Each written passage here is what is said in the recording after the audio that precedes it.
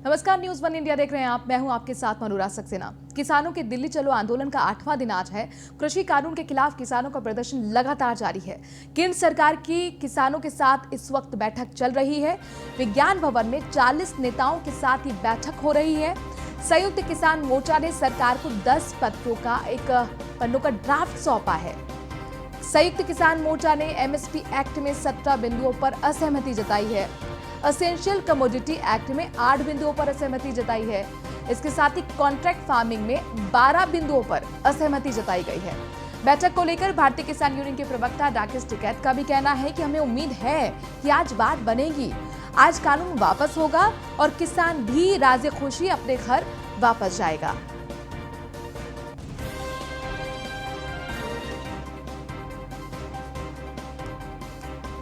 तो इस वक्त की बड़ी खबर आपको बता दें कि कई घंटों से लगातार बैठक चल रही है विज्ञान भवन में किसानों के 40 नेताओं के साथ सरकार की, और एसेंशियल कमोडिटी का जो एक्ट है उस पर आपत्ति के साथ 10 पन्नों का जो ड्राफ्ट सौंपा गया है उसमें हर एक बिंदु के बारे में बताया गया है कि आखिरकार हमारी असहमति कहां है और क्यों है। एमएसपी एक्ट में 17 बिंदुओं पर असहमति जताई गई है। इसके साथ ही एसेंशियल कमोडिटी एक्ट में 8 बिंदुओं पर असहमति जताई गई है। कॉन्ट्रैक्ट फार्मिंग जिसको लेकर कहा गया कि आपके लिए तो नए आयाम खुल रहे हैं, उस पर भी किसानों को आपत्ति है। 12 बिंदुओं पर असहमति कॉन्ट्रैक्ट फार्मिंग में जताई गई है। दरअसल सरकार की तरफ से कहा गया था कि आप हमें लिखित में अपनी समस्या दे दें, आप अपनी लिखित में अपनी आपत्ति दे दें और उसी के बाद हम समाधान निकालेंगे।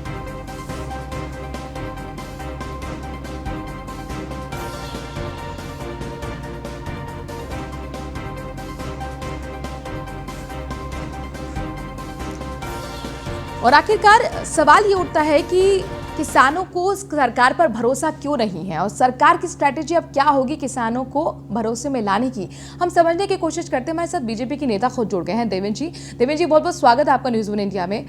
बैठक चल रही है सर, उम्मीद की बैठक है जाहिर तौर पर, क्या आपको लग रहा है कुछ समाधान हो पाएगा, चूंकि अपनी आपत्तियां तो यहाँ पर बता दी गई किसानों की तरफ से? बिल्कुल निश्चित इनका समाधान किसानों की समस्या के लिए ही माननीय कैबिनेट मिनिस्टर पूरे प्रयासरत थे। और आपको पीछे भी जब डिबेट्स में जिक्र में आया तो ये बताया गया कि 3 तारीख तय की गई थी, लेकिन इस बीच में कुछ घटना इस तरीके की घटी कि कहीं बरगलाने का काम किया गया और वहां स्वयं गृह मंत्री जी ने आकर भी बयान दिया, संज्ञान लिया कि किसान अपनी बात लिखित में दें, जो चाहते हैं वो बात सरकार तक पहुंचाएं और उसका प्रयास किया जाएगा कि जो किसान चाहते हैं सरकार उसी तरीके का बिल में जो तरीके की अगर कहीं कमी लगती है तो निश्चित उस पर विचार किया जाएगा। जी, लेकिन इन सब के बीच में किसानों का यह कहना है कि जब आप लोग ये कृषि अध्यादेश लेकर आए उससे पहले हम लोगों से बात क्यों नहीं की? अगर बात की होती तो कम से कम बेहतर तरीके का कानून होकर सामने आता। मनोज जी, मैं आपको बताऊंगा बीच में कि ये जो कानून आया है ये विधेयक लोकसभा और राज्यसभा के माध्यम से पास होकर आया है, लेकिन इस बीच में जो लोग ये इस चीज को बरगलाने की कोशिश कर रहे हैं तो उसमें मैं फिर एक चीज और क्लियर कर देना चाहता हूं कि किसान हमारे लिए किसान है, लेकिन इस देश का बड़ा आबादी का किसान सिर्फ छोड़ते हुए पंजाब को कहीं भी पूर्ण रूप से इस विधेयक के खिलाफ नहीं है। लेकिन जिस तरीके से प्री प्लान आपने घटना देखी है कई बार कि किसान एक ऐसा किसान इंसान है इस देश का कि जिसकी इंसानियत जिंदी है और कभी कोई गलत काम नहीं करता, कभी कोई ऐसी घटना नहीं करता जिससे किसी को कोई नुकसान पहुंचे। मैं फिर आपको दोहरा देना चाहता हूं कि इनके माध्यम से कुछ लोग इसको रास्ते से भटकाने का काम कर रहे हैं। जहां बदलाव की जरूरत है, विधेयक फिर मैं कह देता हूं कि कानूनी रूप से आया है और सरकार ने बिल्कुल उसके विधेयक को बहुमत के अनुसार पारित कराया है। देवेंद्र जी, सवाल तो यही है कि अगर आप कहते हैं कि कानून क्रांतिकारी है, किसानों के हित में है, तो किसानों को भरोसा फिर क्यों नहीं है आप पर? देखिए, मैं तो इस चीज को क्लियर कह रहा हूं, किसान अपनी बात रख सकते हैं, किसान की बात सुनने के लिए सरकार तैयार है, लेकिन कहीं ना कहीं इसमें बरगलाने का जो काम किया जा रहा है, जो किसान को जिस तरीके से बताया जा रहा है कि आपका ये नुकसान है। मैं तो एमएसपी के लिए अगर खुली चर्चा की बात है, सरकार का बड़ा दिल है, आज वो लोग चर्चा के लिए जा रहे हैं, जो लोग विरोध कर रहे हैं। लेकिन इनसे अलग भी अगर किसी फ्रंट पर जरूरत है तो सरकार ने तो यहां तक कहा कि वो क्षेत्र के हिसाब से भी जवाब देने के लिए तैयार है। जहां किसान चाहता है, जहां किसान सुनना चाहता है, सरकार अपने प्रतिनिधि वहां भेजकर उसको क्लियर करने के लिए तैयार है। लेकिन मैंने कहा कि 3 तारीख का समय सरकार ने दिया था। जो लोग 3 तारीख का इंतजार नहीं कर पाए और देश को जलाने का काम शुरू कर दिया, तोड़ फोड़ शुरू कर दी, ब्रैकेट और पुलिस को बर्तावना शुरू कर दी, उन पर क्या ट्रस्ट किया जाए? कैसे समझाया जाए उन लोगों को? तो जिन्होंने तोड़फोड़ शुरू की उन्हीं को आप बुला रहे हैं टेबल पर नेगोशिएशन के लिए? देखिए, मैं एक चीज और कह देता हूं नहीं, हमने सिर्फ किसान की बात सुनने की बात कही है और प्रतिनिधित्व किसान जो तय करेंगे उन्हें वो किस तरीके का लगता है, उनमें मैं सबको दोषी यूं नहीं समझ सकता कि हो सकते हैं कुछ लोगों की मंशा कुछ और हो। खालिस्तान जिंदाबाद, पाकिस्तान जिंदाबाद। क्या वो लोग फ्रंट पर जाकर किसान की बात करेंगे? मनु, क्यों शक नहीं होगा? नहीं, अगर बिल्कुल मैं खालिस्तानी समर्थक है किसान तो सवाल यही है ना देवेंद्र जी, फिर आपने उनको बातचीत के लिए क्यों बुलाया? फिर तो बिल्कुल नहीं बुलाना चाहिए था आप लोगों को। मैं फिर क्लियर कर देता हूं कि उन लोगों में से कहीं किसी ना किसी कोई बात सुनने के लिए तैयार नहीं है। आप देख लीजिए, फुटेज निकालिए, वीडियो निकालिए। मैं फिर कह रहा हूं कि किसान की आड़ में, किसान को बदनाम करने के लिए, किसान को बरगलाने के लिए कुछ ऐसी शक्तियां इसमें मनु जी लगी हुई है पीछे, जो किसान को कहीं ना कहीं तक ठीक है इस चीज से बदनाम कर बैक। पवन शर्मा जी, इशारा आप लोगों की तरफ है कि विपक्ष जो है वो भ्रमित कर रहा है और किसान के आंदोलन को बदनाम करने की कोशिश कर रहा है। अपना राजनीतिक हित आप साध रहे हैं किसान आंदोलन की आड़ में। जवाब दीजिए। बड़े शर्म की बात है। किसान को अगर ये लोग पाकिस्तानी और खालिस्तानी देशद्रोही अगर बोलेंगे, आज किसान हमारे देश का अन्नदाता है, हमारा भगवान है। अगर किसान उपज पैदावार नहीं करेगा या कुछ अनाज नहीं उगाएगा तो हम खाएंगे क्या? मुझे तो देख सकते हैं वो वीडियो देवेंद्र जी की बातों पे की देवेंद्र जी खुद किसान है पीछे खड़े होकर उसके बाद में वो किसान गद्दारी ना कीजिए। मेरी रिक्वेस्ट आपसे प्रार्थना करता हूं, मैं लड़ाई लड़ने के तरीके से लड़िए, लेकिन खालिस्तान जिंदाबाद के नारे की हजारों वीडियो आपने देखी होंगी। सुनिए, मैं आपके बीच में नहीं बोला था, आप से भी विनती है कि आप बीच में ना बोलें। एक डिबेट की मर्यादा घुमा रहे हैं, मुझे जरूरी होगा आपको बताना। देवेंद्र जी, काउंटर सवाल करने का आपको पूरा मौका दूंगी, पहले रखने दीजिए बात पवन शर्मा जी को, उनको सुन लेते हैं, फिर आप अपनी बात रखिएगा। पवन जी, अभी देवेंद्र जी ने खुद ने बोला कि वो पाकिस्तानी और उनके वहां पे ये नारे लगाए जा रहे थे। मैं पवन जी फिर नारे कर देना चाहता हूं द्वारा प्रायोजित वहां के वीडियो सरकार की मैंने बोला प्रत्यक्ष प्रमाण की जरूरत नहीं होती। आप देख सकते हैं, मनु जी के चैनल पर देख सकते हैं, इंडिया न्यूज 1 से निकलवा लीजिए फुटेज। अब इनको सुन लीजिए, फिर अगर हमें बुलाया गया डिबेट में तो या तो इनको बंद, इनकी आवाज को बंद करिए। देवेंद्र जी, इंटरफेरेंस क्यों कर रहे हैं आप? बोलने दीजिए पहले उनको, फिर अपनी बात रखिएगा। पवन जी तो आप मुझे देखिए, देश के अन्नदाता को ये लोग आज देशद्रोही कहने पे तुल गए हैं। आप उनकी बातों को सुनिए। कम से कम सरकार के अंदर एक सरकार जो अच्छी सरकार होती है वो विपक्ष की बात भी सुनती है। कहीं कोई विद्रोह है, कोई किसी बात पे कोई नाराज है तो उनको बुला के सुना जाता है, और ये परिपाटी रही है हमेशा से। आपने जो बिल घोषित किए या बिल को अध्यादेश लेके आए, आप अध्यादेश लेके आए, बिल नहीं लेके आए, क्योंकि बिल की तो आपने चर्चा ही नहीं की संसद के अंदर, ना राज्यसभा में चर्चा करी आपने, उसका विरोध हुआ तो आप उसका अध्यादेश लेके आ गए, तो ये तो गलत हुआ ना। ठीक है, ये बहुत महत्वपूर्ण आपने पॉइंट उठाया। अरविंद जी के पास इसी पॉइंट को लेकर मैं जाऊंगी। अरविंद जी, ये जो किसानों का भरोसा सरकार पर नहीं है, क्या इसकी वजह आप ये मानते हैं कि कोरोना काल के वक्त बैक डोर से जो अध्यादेश सरकार लेकर आई इसीलिए स्थिति बनी है? अगर विश्वास में किसानों से बातचीत करके कानून लेकर आया जाता तो शायद इस स्थिति से बचा जा सकता था। अरविंद जी,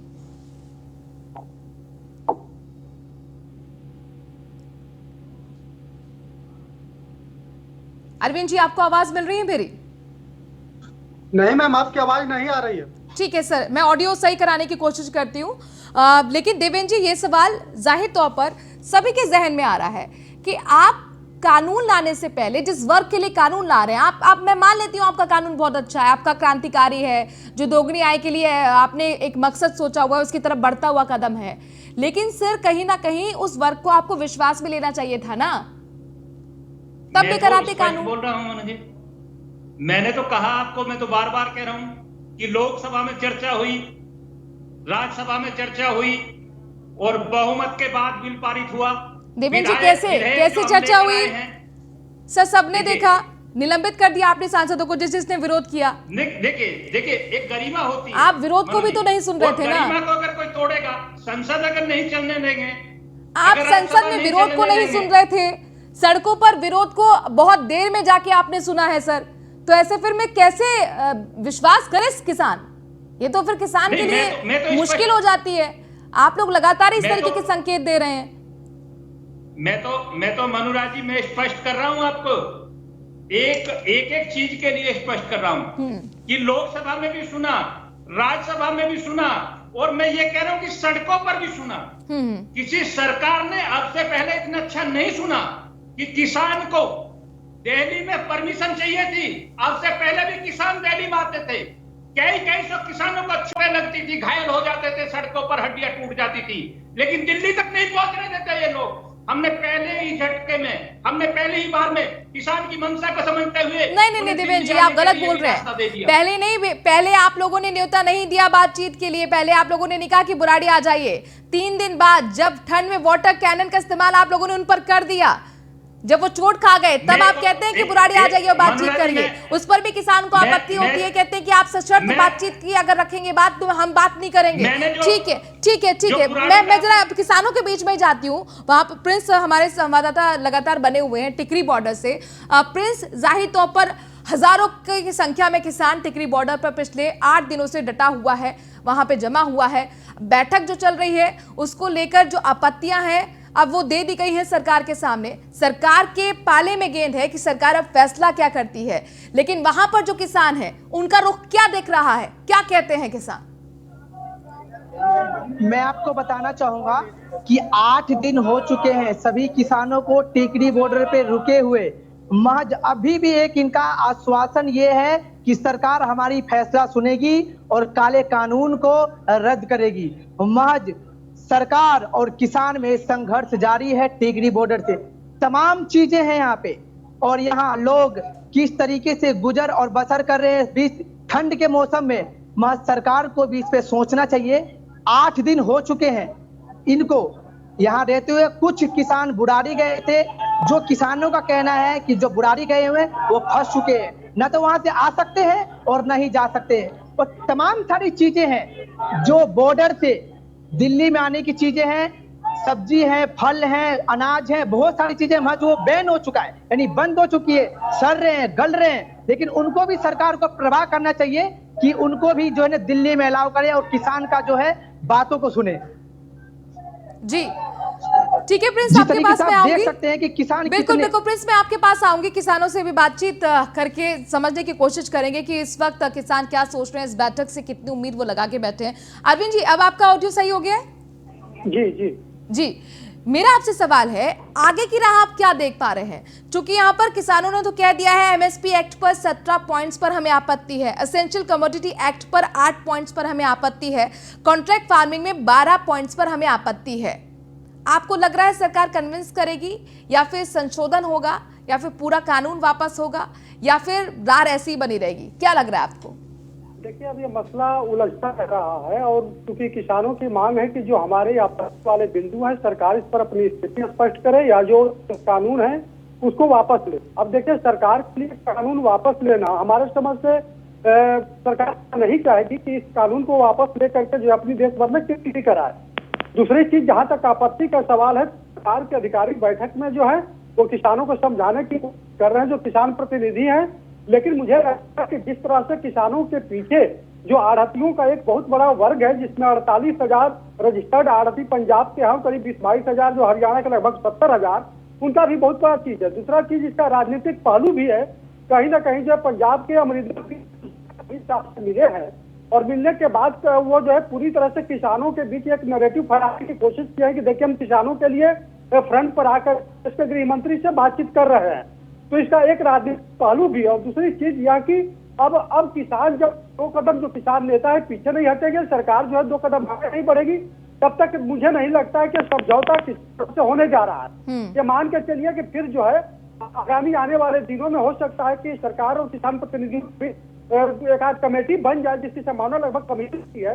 तो देखना दिलचस्प होगा कि इस बैठक के बाद जो है नतीजा क्या निकलता है। ठीक है देवेंद्र जी, में एक बात मुझे बताइए, कैप्टन अमरिंदर सिंह तो चलिए कांग्रेस पार्टी के हैं, लेकिन आपके अपने दुष्यंत चौटाला तो हैं, प्रकाश सिंह बादल तो हैं, हरसिमरत कौर तो हैं, ये विरोध क्यों कर रहे हैं कानून का? देखिए, मैं तो सबका स्वागत करता हूं, लोकतंत्र में सबको अपनी बात रखने का अधिकार है। लेकिन बड़ी बात जो अरविंद जी ने कही है, कितनी साफ स्पष्ट बात कही है, आपने बिल्कुल 1 मिनट में समझ लिएगा। एक ही प्रदेश के 48,000 जो बिचौलिया जिनकी बात कर रहे हैं, जिनसे मंडियां चलती थी।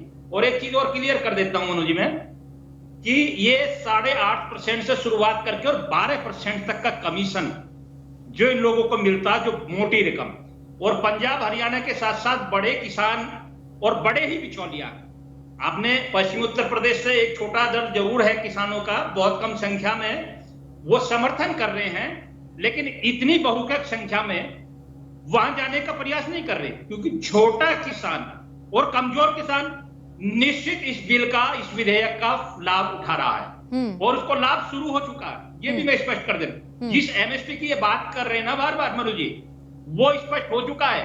रबी धान की फसल, गन्ना की फसल, जितनी फसल है वहां की फसल यहाँ आने को तैयार है। पवन शर्मा जी, अब तक किसी एमएसपी को छेड़ने का कोई काम नहीं किया पवन शर्मा जी, और वो मार्केट में यथावत स्थिति मैं आपके पास आऊंगी, लेकिन इस बीच अपडेट आया है, किसानों की एमएसपी गारंटी कानून बनाने की मांग है, यानी कि न्यूनतम समर्थन मूल्य पर वो गारंटी चाहते हैं। एमएसपी गारंटी कानून बनाने की मांग किसान कर रहे हैं। लगातार ये मांग किसानों की रही है और इसको लेकर एक बार फिर बैठक में उन्होंने अपनी बात को क्लियर कर दिया है। अरविंद जी, एमएसपी को लीगल बनाना, क्या सरकार इस पर विचार कर सकती है?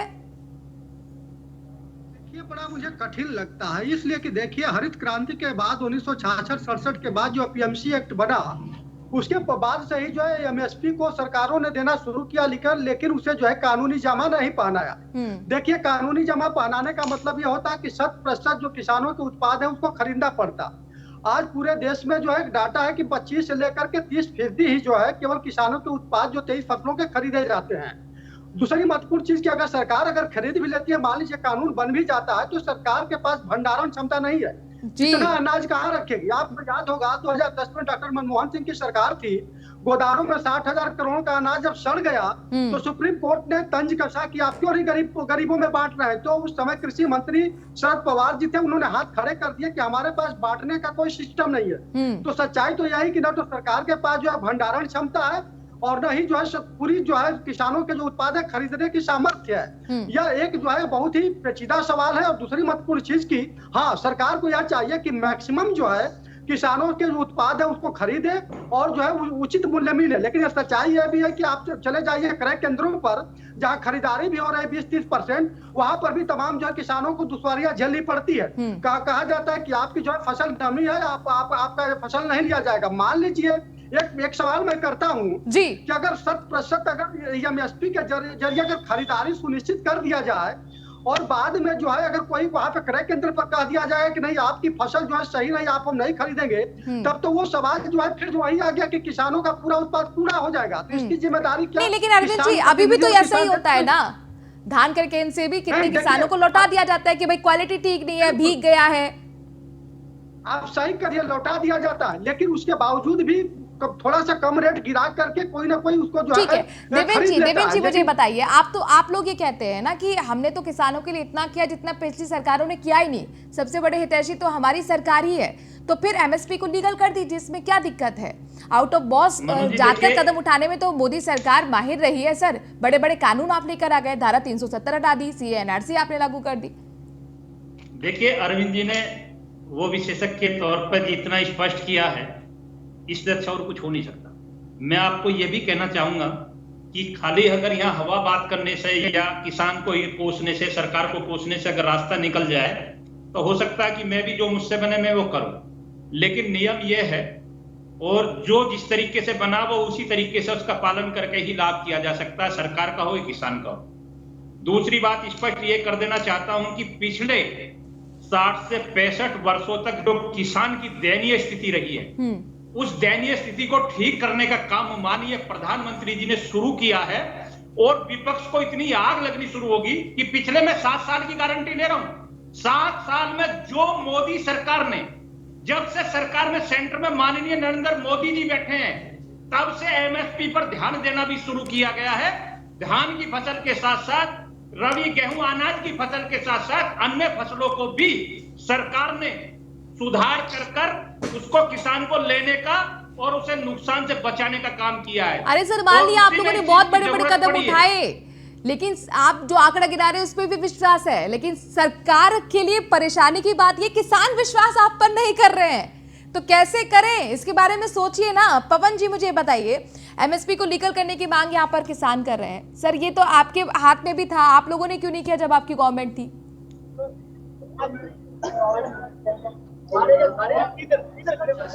जब एमएसपी का किसान को देने की प्रावधान हुआ था और तब से काफी सुधार हुए हैं। ऐसा नहीं है कि पिछले, देवेंद्र जी कह रहे हैं कि पिछले 60-70 सालों में कुछ किया ही नहीं।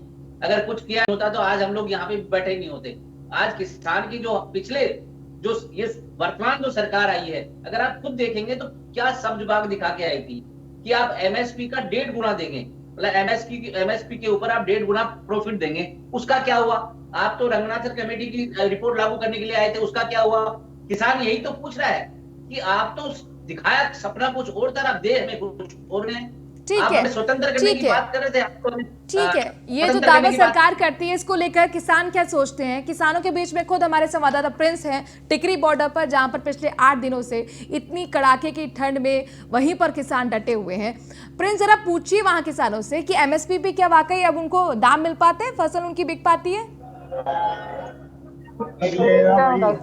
देखिए, ये जो भी बिल पास हुआ है उससे खुश नहीं है किसान।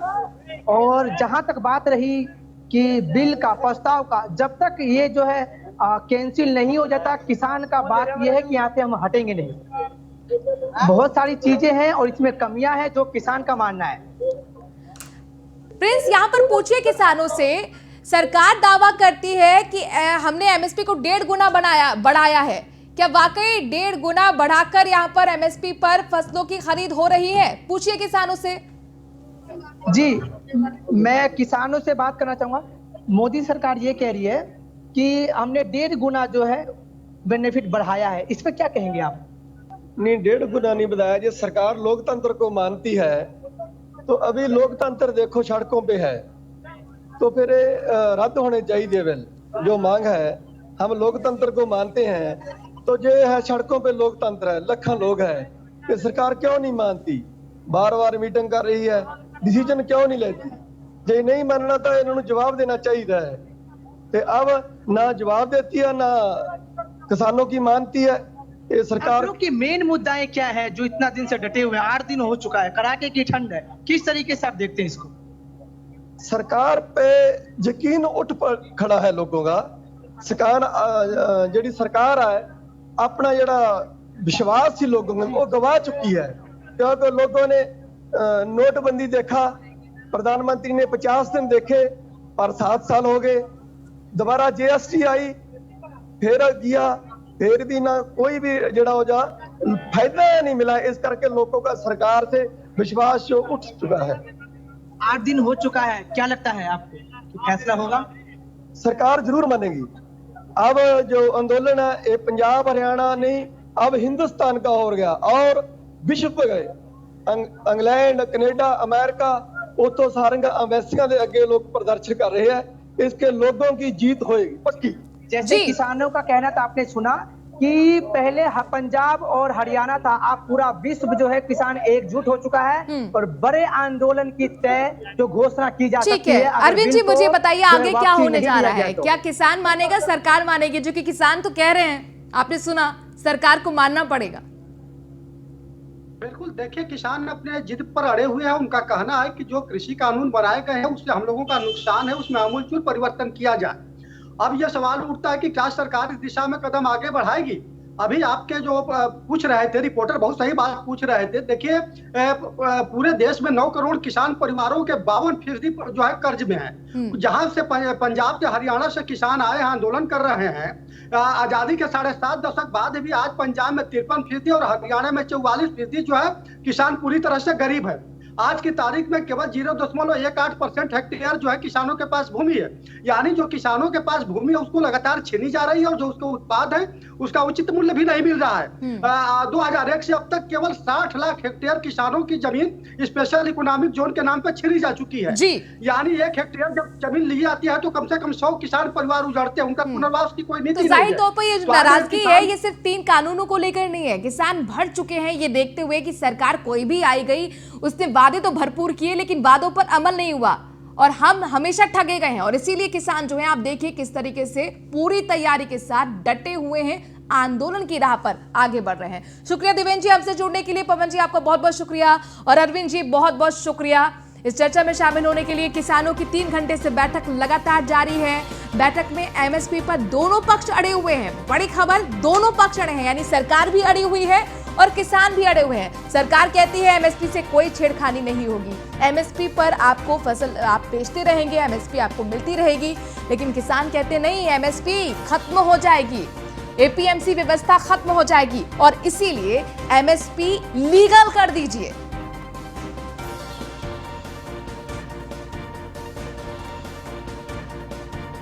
तो इस बड़ी खबर पर लगातार हमारी नजर बनी हुई है। जो भी अपडेट आएगा सबसे पहले न्यूज़ वन इंडिया अपने दर्शकों तक पहुंचाता रहेगा। फिलहाल वक्त छोटे से ब्रेक का है, खबरों का सिलसिला जारी है न्यूज़ वन इंडिया पर।